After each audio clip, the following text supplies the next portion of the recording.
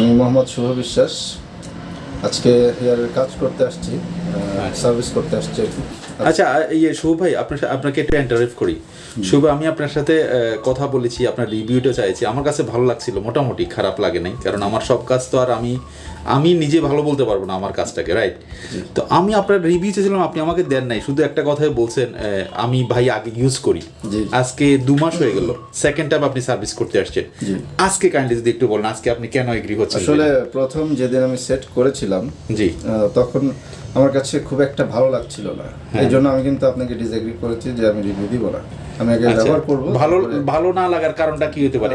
আসলে প্রথমত হচ্ছে নতুন লাগিয়েছে, একটা আনইজি ফিল হচ্ছে। ও আই সি, ওকে। তো এখন 2 মাসের মতো প্রায় হয়ে গেল, এখন আমার কাছে অনেকটা কিন্তু ন্যাচারাল লুক মনে হচ্ছে, এখন সবকিছু ঠিকঠাক আছে। এই জন্য আমি বলছি যে আজকে আমি রিভিউটা দিব। আচ্ছা রিভিউস, আমি নুরুল আছি আপনাদের সাথে, হেয়ারলিং ইন্টারন্যাশনাল রামপুরা শাখা থেকে। ক্লায়েন্টদের জোর করে কোনো ওপিনিয়ন নেই না, এটা বড় প্রমাণ। এই শুভ ভাই আছেন আমাদের সাথে, আমি শুভের অবস্থানটা একটু দেখাই। শুভ ভাই আমি একটু দেখাচ্ছি, এই হলো অবস্থা। আমরা ওনার এই চুলগুলো মোটামুটি চলে গিয়েছিল, আমরা এখানে ইন্ডিয়ান টেপ দিয়ে করেছি, এটা আমরা আবার নিট অ্যান্ড ক্লিন করবো, যেহেতু 1 মাসের একটা প্রসিডিওর আছে। তো সো দ্যাট আজকে যেহেতু উনি আসছেন অলমোস্ট 1 মান্থ উনি এটা কাটিয়েছেন, এর আগে 1 মাস। তো কারো ক্ষেত্রে কম যায়, কারো ক্ষেত্রে বেশি যায়। আমি 20 দিন 25 দিন 1 মাসের উপরে কাউকে বলি না যে আপনারা এটা ওভাবে রাখবেন। আপনি ডাইরেক্ট বরিশাল থেকে আসছিলেন না? ঝালকাঠি থেকে। আপনার এক্সপিরিয়েন্স কি এটা লাগানোর পর, আগে এবং পরে আপনার অনুভূতিটাকে একটু বলুন। আপনি তো এখন ইউজ করে অভ্যস্ত, 2 মাস অলরেডি ইউজ করতেছেন। হ্যাঁ, অনুভূতি বলতে আসলে চুল যার চলে যায় সেই বুঝে যে তার মর্মটা কি। আচ্ছা আমি বুঝলাম না সবাই এই কথাটা সবাই বলে, যার নাই সে বুঝে, যার চলে যায় সে বুঝে, যার থাকে না সে বুঝে এটার মর্ম। তো যখন আমি লাগালাম, এখন আমাকে যে লুকটা লাগে মনে হচ্ছে আমার বয়স 10 বছর কমে গেছে। 10 বছর কমে গেছে। আচ্ছা, কিন্তু তার আগ পর্যন্ত আমি আমার নিজের কাছে মনে হতো যে আমি অনেক এজড। আচ্ছা, আপনার বয়সই মনে হতো নিজের কাছে। হ্যাঁ, আচ্ছা এটার এরকম কি হয়েছে যে এটার কারণে একটু কনফিডেন্টের ঘাটতি আসছে আপনার? যে না, ডেফিনেটলি কনফিডেন্টের ঘাটতি আছে। কনফিডেন্টের ঘাটতি তো থাকবেই, কারণ অনেক জায়গায় বয়স যেটাই থাক, যদি আপনাকে আউটলুকটা সেভাবে মনে হয় যে আপনি এজড, বাট আপনার সার্কেলের অন্যদের সাথে আপনি যখন চলেন তখন তাদের সাথে কম্পেয়ার করতে গেলে যদি মনে হয় যে আপনাকে অনেক বেশি বয়স্ক লাগছে, তখন আপনার মধ্যে একটা হীনমন্যতা কাজ করবে। Right, exactly. যার ফলে আমি কিন্তু এই ডিসিশন নিয়েছিলাম যে আমি আপনাদের সাথে এখানে এসে উইকটা লাগাবো। আচ্ছা ভিউয়ার্স, আমরা আসলে জাস্ট খুব শর্ট একটা ভিডিও দেব। শুভ ভাই ফিক্স করেছেন, প্রথম একটু আনইজি ফিল করেছেন। ম্যাক্সিমাম ক্লায়েন্ট এটা করেন যারা সাধারণত ইউজ। এখন আমার কিন্তু বোঝা যায় না যে এটা আমার সাথে কিছু আছে। হ্যাঁ, আপনি এখন প্রথম দিকে আমার একটু আনইজি ফিল ছিল না, কমফোর্টেবল ছিল না। 5-7 দিন পর থেকে আচ্ছা, এই কমফোর্টেবলটা কি ডিসঅ্যাডভান্টেজ না অ্যাডভান্টেজ? মানে এটা কারণটা কি হতে পারে? অনেকে ডিসঅ্যাডভান্টেজ মনে করতে পারে যে না, যেহেতু কমফোর্ট ফিল করে না এটা করব না। না, এটা ইনিশিয়ালি হয়। এটা কারণটা কি হতে পারে ভাই? আপনি কি মনে হয় এটা জাস্ট পরিচর্যাটা আপনি জানেন না, বা নতুন একটা জিনিস ইউজ করলে জিনিস আপনার সাথে সেট হওয়ার একটা ব্যাপার থাকে। Right. But now you are happy? না, এখন সব ঠিক আছে। নতুন লুকটা নিয়ে আবার শুভবার সাথে আমরা কথা বলবো। আমরা এই ফাঁকে কাজটা করি, কাজের প্রসেসিং এখানে চলতেছে অলরেডি। এই হেয়ার পিসটা আমরা শুভভাইকে আমরা দিয়েছিলাম। তো সো এটা এখন ক্লিন করা হবে, হাইজিন যা করা দরকার আবার ট্যাপ ফিক্স করে আমরা শুভভাইয়ের কাছে ফিরবো। So dear viewers, stay with us, আমি আপনাদেরকে দেখাচ্ছি কিভাবে বাকি প্রসিডিউরটা কমপ্লিট হয়।